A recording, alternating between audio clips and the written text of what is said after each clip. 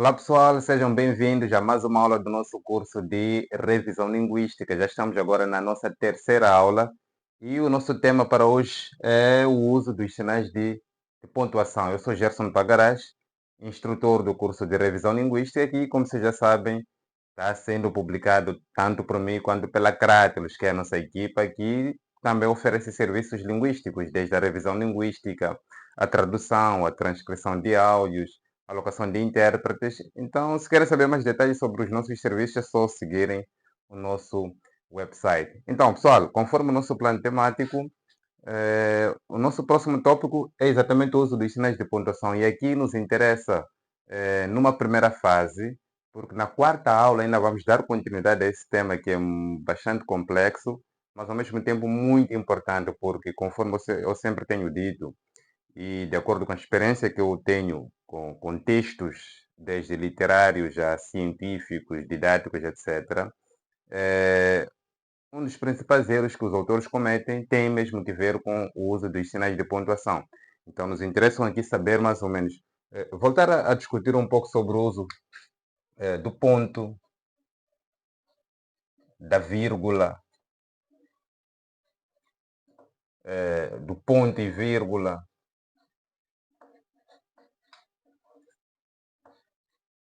E também vamos aprofundar um pouco sobre o uso do travessão, o uso do hífen, o uso do meia arisca, o uso do apóstrofe.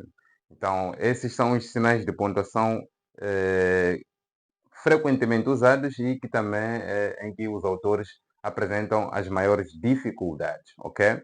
Então, ao fim desta aula, nós queremos que os nossos alunos saibam definir o que são sinais de pontuação, conheçam as principais regras do uso obrigatório e do uso facultativo dos sinais de pontuação e, por fim, que os alunos saibam ou consigam produzir frases, parágrafos e textos obedecendo devidamente às regras de uso dos sinais de pontuação, ok? Então vamos dar partida. Eu, só para dar partida e mostrar um bocadinho sobre a importância do uso dos sinais de pontuação, vou colocar aqui uma frase que eu gosto muito, que é a seguinte. O avançado de Machakene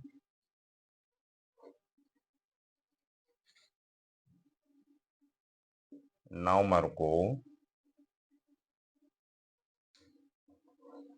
o golo. E não se preocupem, essa aula será partilhada também por escrito no nosso Google Classroom, lá na nossa turma, onde a gente tem tido, onde vocês têm recebido esses vídeos e os textos, os exercícios. Então, essa aula também será partilhada por escrito, ok? Com alguns detalhes, mais exemplos, etc. Então, imaginem que temos aqui essa frase. E nesta frase, se forem a reparar, ela não é encerrada por nenhum sinal de pontuação. Não há nenhum sinal de pontuação aqui no fim da frase, a encerrar essa frase. E a pergunta que se coloca é possível saber, a partir desta frase, se o enunciador está a realizar uma pergunta? Se o enunciador está a realizar uma admiração? Ou se o enunciador está a realizar uma declaração? Ou seja, esta frase, com a ausência de um sinal de pontuação, fica-nos difícil saber se é uma pergunta do tipo: o avançado de Machakene não marcou o golo? Aí será uma pergunta, será uma possibilidade. Outra possibilidade: o avançado de Machakene não marcou o golo. Isso é uma declaração. E por fim, o avançado de Machakene não marcou o golo, a expressar exclamação. Ou seja, uma frase, uma mesma frase com as mesmas palavras, seguindo a mesma sequência, ela pode ter três ou mais interpretações, tudo isso por conta do uso do sinal de pontuação. Dependendo do sinal de pontuação que a gente vai colocar aqui no fim desta frase, nós podemos aqui delimitar um tipo de interpretação que pode ser diferente do outro tipo. Se a gente coloca um ponto de exclamação, aqui o enunciador está a expressar uma admiração. Se em vez de exclamação a gente coloca uma interrogação, o enunciador está a expressar uma pergunta, está a fazer uma questão. E por fim, se a gente coloca simplesmente o ponto, o ponto, que é um dos nossos sinais que vamos tratar já já, coloca o ponto final, o enunciador está a expressar uma informação, uma declaração. Ou seja, temos que parar, temos de evitar e parar a partir de já de enviarmos mensagens para os nossos amigos, nossos colegas, nossos familiares e no fim daquela mensagem não colocarmos nada lá. Ok? Tu envias uma mensagem e diz, por exemplo, está tudo ok. E não tem nenhum sinal de pontuação no fim. Como é que eu vou saber se estás a declarar ou estás a perguntar? É difícil eu saber. Se apenas estás a declarar que está tudo bem ou se estás a me perguntar se está tudo bem. Então, é importante que usemos aqui no fim um sinal de pontuação para expressarmos a mensagem com mais especificidade. Então, isso era só um exemplo, uma demonstração da importância do uso dos sinais de pontuação. E de seguida vamos falar do ponto. Então, pessoal, falando sobre o ponto é aquele sinal de pontuação que todo mundo conhece, né? Que é esta coisinha aqui, né? E este ponto possui dois tipos. Ele é classificado de duas formas. Se calhar pode ter outros tipos de classificações, mas aqui vamos tratar dos dois principais tipos de ponto. Por um lado, temos o ponto final, conforme uma das paragens famosas aqui da cidade de Maputo, né? Ponto final, né? Exato. Ponto final, embora lá não seja final, é uma passagem simplesmente. Bom, então, temos um ponto que é final e temos o ponto de abreviatura. Temos o ponto final, temos o ponto de abreviatura, ok? Vamos começar pelo ponto final. O ponto final é aquele ponto que nós usamos para... É aquele ponto que ocorre no fim de uma frase, seja simples ou complexa, ou que ocorre no fim de um parágrafo, ou até que ocorre no fim de um texto. Este ponto nós chamamos de ponto final. É aquele sinal de pontuação que encerra uma frase, simples ou complexa, encerra um parágrafo e também encerra um texto completo. Ok? Vou dar aqui alguns exemplos retirados de um conto que faz parte da obra do nosso consagrado autor Ungulane Bacacossa, da obra Orgia dos Loucos. Então, é uma obra que nos ensina muito a arte da escrita. Tirando essa parte literária, a imersão sobre o universo cultural que o autor explora, do ponto de vista de técnica linguística, se nós quisermos aprender a aperfeiçoar a nossa escrita, aprender a melhorar, a elevar a nossa gramática, o nosso vocabulário, o nosso uso dos sinais de pontuação, é muito importante que se leia Ungulane Bacacossa. Leiam Orgia dos Loucos, claro, leiam os outros livros clássicos de Ungulane, como o Alalape, Choriro, leiam essas obras e leiam Orgia dos Loucos. Então, eu retirei este conto, que se chama O Prémio, o conto de abertura da obra Orgia dos Loucos, e eu vou retirar aqui deste conto trechos que vão exemplificar o uso do ponto final a encerrar uma frase simples, uma frase complexa, ou um parágrafo, ou o texto em si, ok? E por que eu estou a selecionar também um grande Bacacossa? Porque um grande Bacacossa, ele usa com muita eficiência, ele domina o uso dos sinais de pontuação de uma forma com um outro patamar. Então, vamos aqui observar alguns exemplos. O ponto final é encerrar uma frase simples. O conto já começa desta forma. Os olhos vagam pelo quarto. os olhos vagam pelo quarto. Ponto. A mesma sugestão também funciona para autores emergentes, certo? Eu já vinha mencionando que autores emergentes têm, às vezes, essa dificuldade de começar a produzir o texto com frases simples. Não precisa construir frases complexas, repletas de coordenação, de subordinação, de quis, de quis, de quis, de quis. Então, vai construindo o seu texto com frases simples. Os olhos vagam pelo quarto. Ponto. A cama range. Ponto.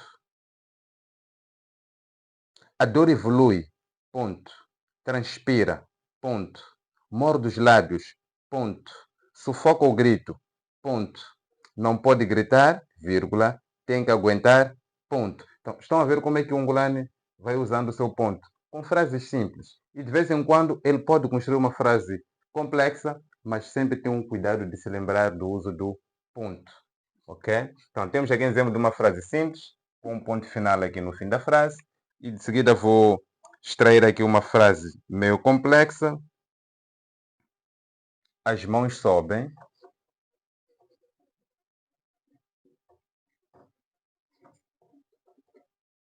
e descem pelo ventre em movimentos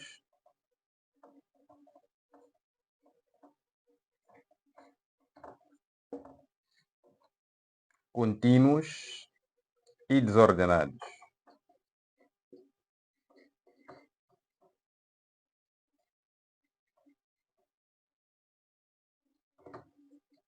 Ponto. Então, temos aqui, dentro do conto de Ungolano Coça, uma frase complexa. As mãos sobem, que é uma frase simples, uma oração, e, que é uma copla que vai fazer a ligação, e descem, ok? Já temos aqui uma outra oração, pelo ventre em movimentos contínuos e uniformes. Temos aqui mais outros sintagmas que estão a ser concatenados. É uma frase complexa, mas não tão complexa. Ele não se arrisca a desenvolver uma frase ainda mais longa e já se lembra de colocar lá o ponto. Então, leiam esse texto, leiam esse conto. Eu já terei enviado, já terei partilhado esse conto antes de acompanhar essa aula. Então, nós temos aqui esses dois casos em que o ponto final encerra uma frase simples e uma frase complexa. E, claro, também temos aqui um parágrafo a ser encerrado também pelo ponto final. Então, esta é que é a função básica e principal do ponto final. Ela é usada para marcar essas pausas depois de uma frase simples, uma frase complexa, um parágrafo, etc. E um texto, mas é importante lembrarmos de uma coisa aqui em relação ao ponto quando ele for encerrar um texto completo. Nem sempre os textos são encerrados por um ponto. Principalmente no domínio da literatura, eu já apreciei alguns textos de alguns autores que ao terminarem o seu conto não colocam o ponto final. Exatamente porque para eles o ponto final marca o fim da história, mas a história, segundo esses autores, a história ainda não foi terminada. Então, é o estilo deles não colocar o ponto no fim dos seus textos. Então, o professor tem que estar atento a essas dinâmicas. É importante que esteja atento a essas dinâmicas. Esse é um estilo e não é propriamente um erro de uso dos sinais de pontuação. É domínio da literatura. Eu já expliquei sobre o privilégio criativo de que goza a literatura. Além do ponto final, nós falamos do ponto de abreviatura. O ponto de abreviatura é usado essencialmente para marcar uma abreviatura, para dizer que aqui estamos perante uma abreviatura. Portanto, há certas abreviaturas que são obrigatórias de se encerrar com um ponto de abreviatura, para marcar que de fato ali estamos perante uma abreviatura. Vou arrolar aqui alguns exemplos. Nós poderíamos ter uma frase como excelentíssimo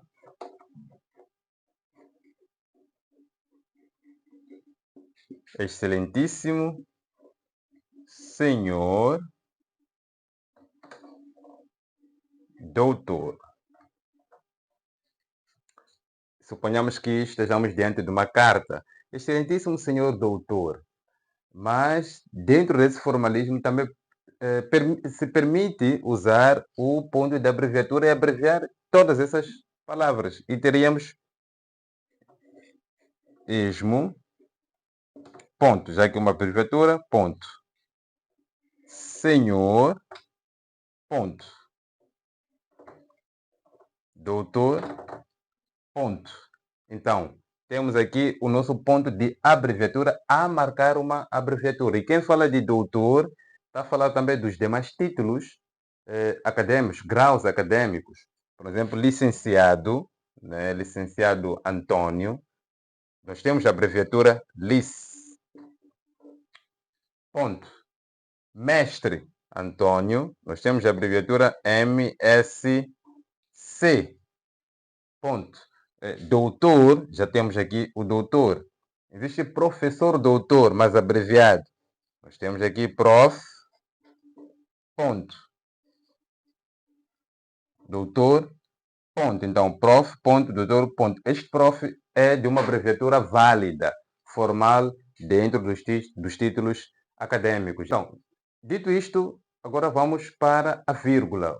O uso da vírgula. Em quais contextos a vírgula deve ser obrigatoriamente usada e em quais contextos a vírgula deve ser facultativamente usada. Vamos olhar aqui para alguns casos obrigatórios do uso da vírgula e alguns casos facultativos do uso da vírgula.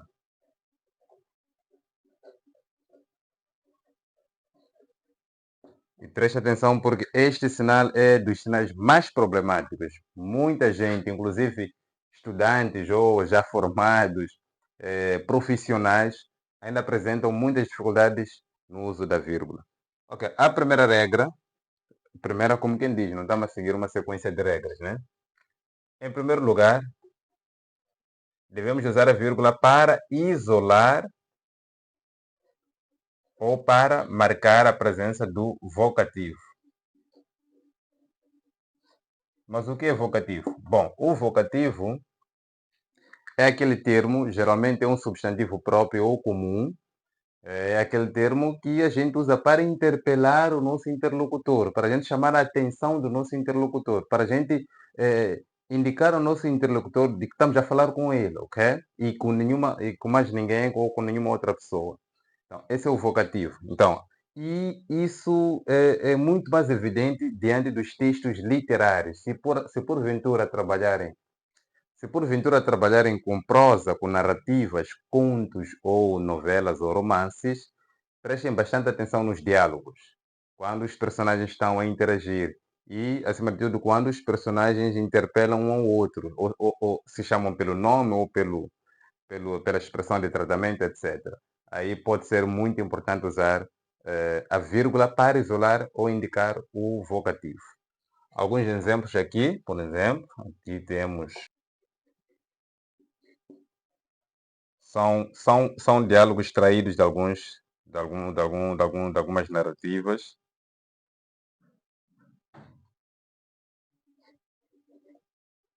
Como é que tu te chamas?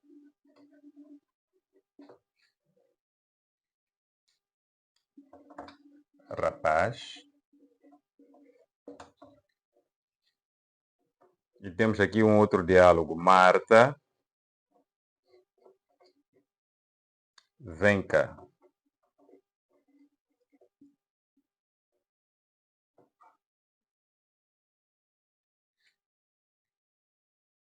E vou acrescentar um terceiro.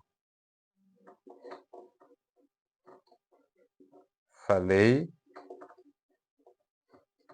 contigo, vírgula, Pedro, vírgula, lembras? Pronto. Então, o que é que nós temos aqui? Temos a primeira fala. Como é que tu te chamas? Rapaz. Eis o nosso vocativo. Rapaz. Aqui temos um substantivo comum que estamos a usar para interpelar o nosso interlocutor, para chamarmos a atenção do nosso interlocutor. Como é que tu te chamas? Rapaz, então. Estamos a nos dirigir àquele rapaz em específico e não a nenhum outro.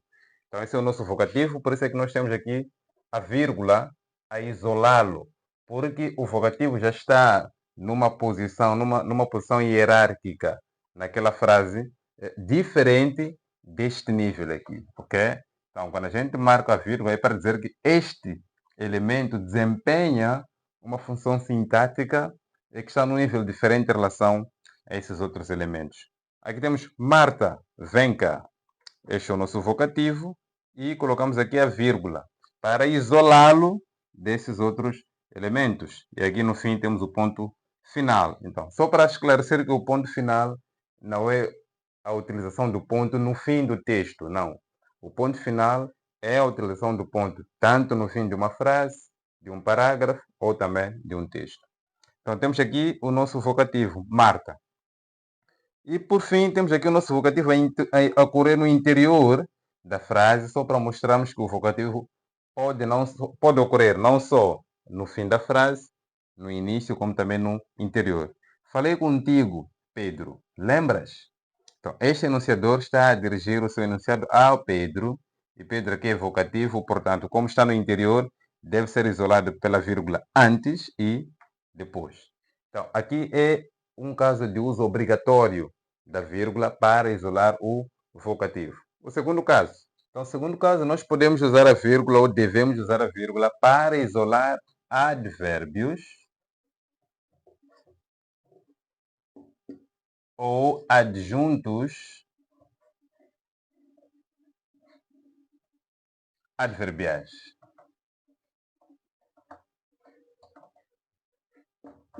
Advérbios ou adjuntos adverbiais. O que são advérbios ou adjuntos adverbiais?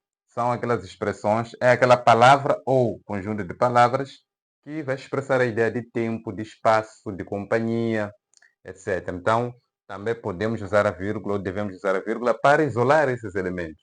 E vou rolar aqui alguns exemplos mais explicativos. Ontem recebi o convite para a aula. Certo. Segundo exemplo,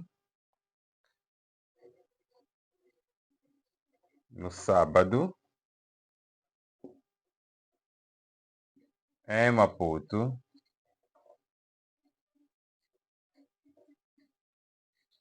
às 12 horas,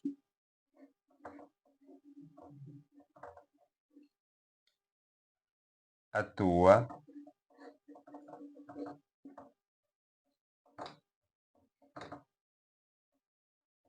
a banda. Atua a banda. Ok, o que é que nós temos aqui? No primeiro exemplo, temos aqui um advérbio ontem, que é um advérbio que faz referência ao tempo anterior em relação ao momento de enunciação. Então, a um dia anterior em relação ao momento de enunciação ontem, sendo um advérbio, podemos isolá-lo aqui com uma vírgula. Quem diz ontem, diz amanhã, diz anteontem, antes de ontem. Prontos. No segundo caso, temos aqui no sábado. No sábado já não é advérbio. Tu tens aqui duas expressões, ou dois elementos, o no e sábado. Então, ambos formam um adjunto adverbial, e não propriamente um advérbio. Sábado, vamos isolar com uma vírgula. Em Maputo, também uma vírgula. Às 12 horas, também uma vírgula. A tua banda, qual banda for. Então, nós temos aqui três adjuntos adverbiais. Um a indicar tempo, outro a indicar espaço e de novo a indicar tempo. Então, esses três elementos devem ser isolados por uma vírgula. E a frase não pode seguir sem esta pausa através da vírgula. Então, este também é um caso de uso obrigatório da vírgula para isolar advérbios ou adjuntos adverbiais. Então, aqui no próximo caso, pessoal, nós temos aqui uma regra infalível, importantíssima, mas que mesmo assim ainda é vítima de muitos erros, que é uma regra de não uso da vírgula. nunca devemos usar a vírgula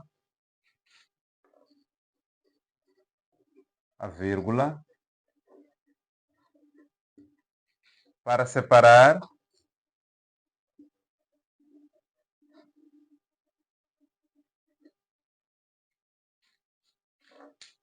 os elementos básicos de uma frase. Aqui não teremos muito espaço para tal.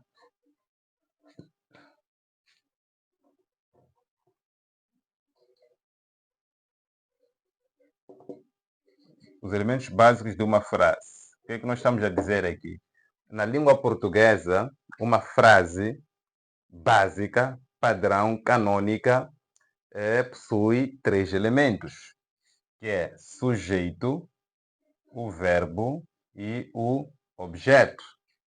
Aí tu tens uma frase básica na língua portuguesa.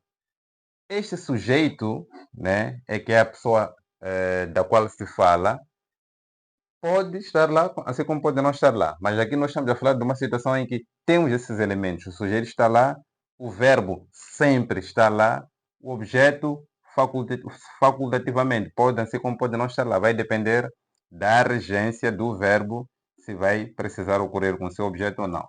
Mas, de novo, aqui estamos a falar de uma situação em que temos esses 3 elementos. O sujeito, o verbo e o objeto selecionado pelo verbo. Esse objeto pode ser direto, pode ser indireto. Então, o que é que nós estamos a dizer? Que a vírgula nunca pode ser usada para separar esses elementos básicos da frase. Ou seja, a vírgula não pode ser usada para separar o sujeito do seu verbo-objeto, nunca pode ser usada para separar o verbo do seu objeto. Então, esses elementos aqui é aquilo que chamamos de são blocos unitários, são unidades que são inseparáveis. Então, a vírgula não pode aparecer lá para interromper esse casal aí de 3, ok? Então, vamos mostrar isso com exemplos, e são exemplos extraídos, por um lado de jornais, por outro lado de alguns textos que já recebemos e com os quais já trabalhamos. Então, por isso eu tenho aqui que ler isto. Vamos lá ao primeiro caso.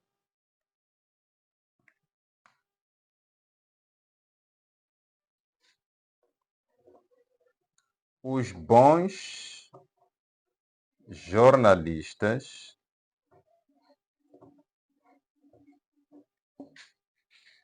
não criam fake news. Então, nós recebemos esta frase simples com a presença de uma vírgula irritante ali no interior. E essa vírgula insuportável ocorria exatamente aqui. Vou colocar aqui um outro exemplo. A depreciação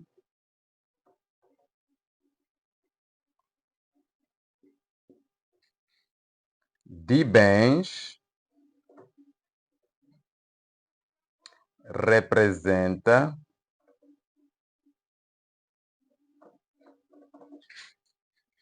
a diminuição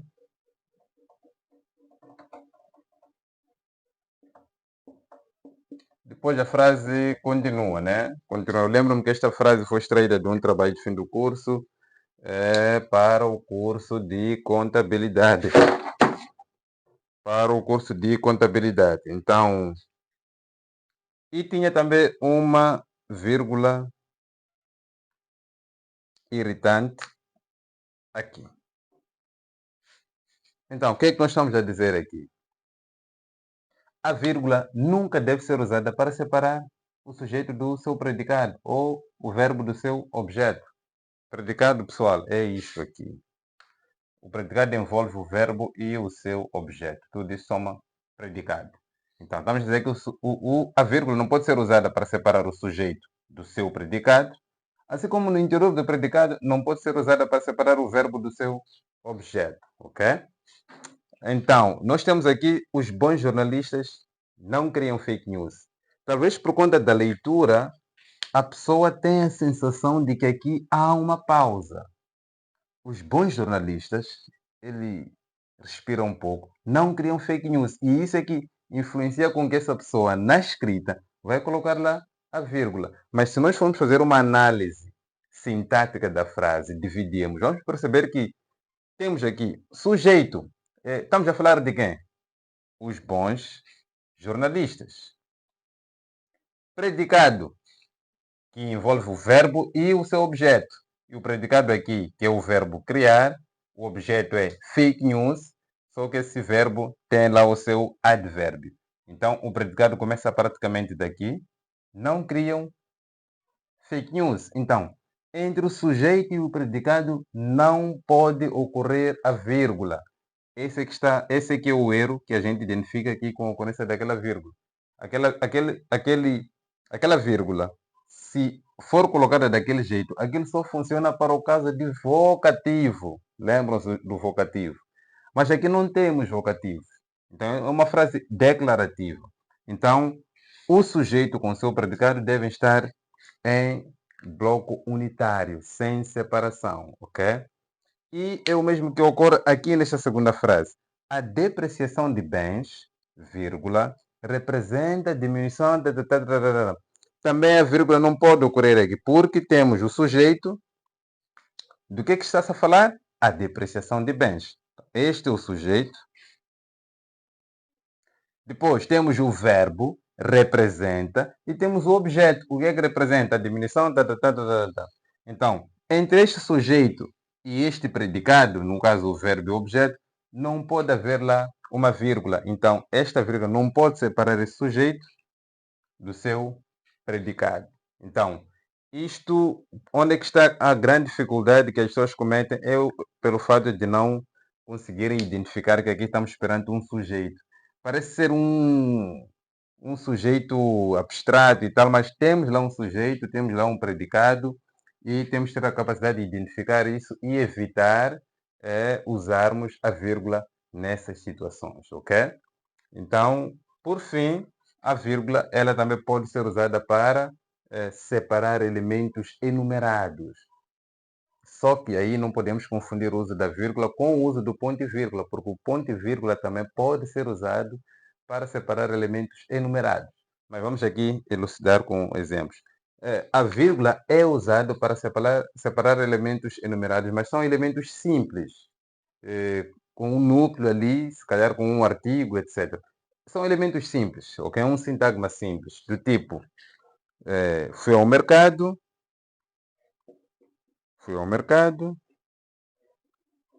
e comprei cebolas, vírgula, tomates, vírgula, cenouras,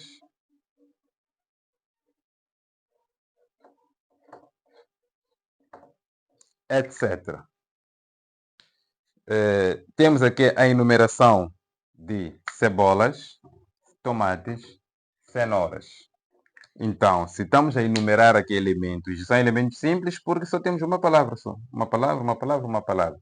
Então aí vamos fazer uso da vírgula. Deixa-me só apagar isso para eu explicar melhor com a diferença com o ponto e vírgula, porque o ponto e vírgula é o nosso próximo ponto o nosso próximo sinal de pontuação.